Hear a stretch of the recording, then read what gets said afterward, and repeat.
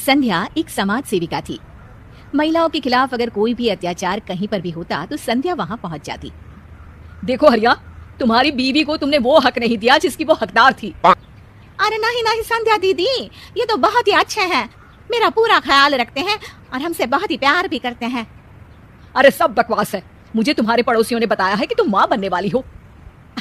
हाँ जी दीदी, बस ऊपर वाले का आशीर्वाद है। अच्छा, यही तो अत्याचार है। तुम्हारा पहले ही एक बेटा है, फिर ये दूसरा बच्चा क्यों? अरे बच्चे को पैदा करने में पूरे 9 महीने का समय लगेगा, फिर उसकी देखभाल, पालन पोषण, क्या तुम इसके लिए तैयार हो?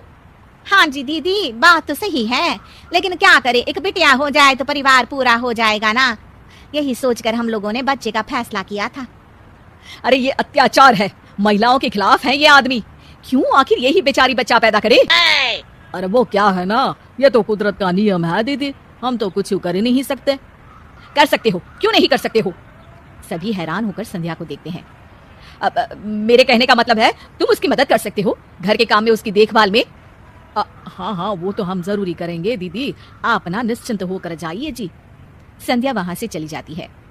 अगले दिन औरतों के जमावड़ों के बीच, देखो मैं साफ कह दे रही हूँ कि महिलाओं को घर में बराबरी का दर्जा मिलना चाहिए। अरे वो कोई काम करने वाली नौकरानी नहीं, बल्कि घर चलाने वाली महारानी है, महारानी। अरे सही कह रहे हो दीदी, सारा दिन हम घर का काम करती रहती हैं। अरे हमारा भी तो मन करता है कि झोला उठाए और निकल जाए खरीदारी में। अरे तो क्यों करती हो काम? 2 दिन ना करो, सारा परिवार सही हो जाएगा।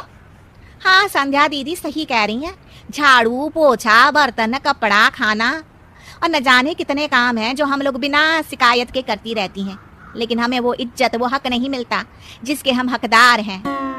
संध्या वहां से भी चली जाती है। एक दिन संध्या घर में बैठकर चाय पी रही होती है कि तभी कुछ आदमी और बूढ़ी औरतें उसके घर आ जाती है।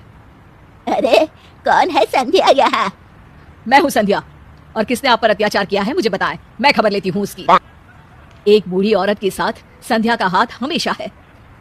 अरे बस करो, लोगों को भड़काती रहती हो, हमारा घर खराब कर रही है। क्या बकवास किया है तूने मेरी बहू के सामने हैं? अब ना तो वो घर में हम लोगों के लिए खाना बनाती है, ना इन छोटे बच्चों की देखभाल करती है।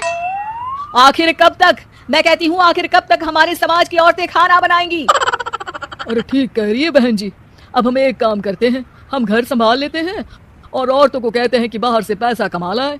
अरे वो भी तो जरूरी है ना, कमाएंगे नहीं तो खाएंगे क्या? संध्या सोच में पड़ जाती है। तभी वहां वो औरतें भी आ जाती हैं जिन्होंने संध्या के कहने पर घर का काम करना छोड़ा था। नहीं नहीं, मैं घर का काम कर लूंगी, लेकिन बाहर जाकर पैसे नहीं ना कमाऊंगी। हाँ। अरे क्यों भाई, एक तो काम करना ही पड़ेगा ना, या तो घर का या बाहर का। हाँ बहू, पति पत्नी गाड़ी के 2 चक्के की तरह होते हैं, दोनों मिलकर ही तो गृहस्थी चलाते हैं। इसमें हक, नौकरानी या बेइज्जती जैसी कोई बात होनी ही नहीं चाहिए। और सुन संध्या, अगर महिलाओं के हक की बात करनी है तो उन घरों में जाओ जहाँ सच में महिलाएं घरेलू हिंसा की शिकार होती हैं। मैं समझ गई आंटी जी कि असली फेमिनिज्म यानी नारीवाद क्या होता है। मैं आगे से ध्यान रखूंगी कि मेरी कही बात सिर्फ हवा में फेंकी तीर ना हो।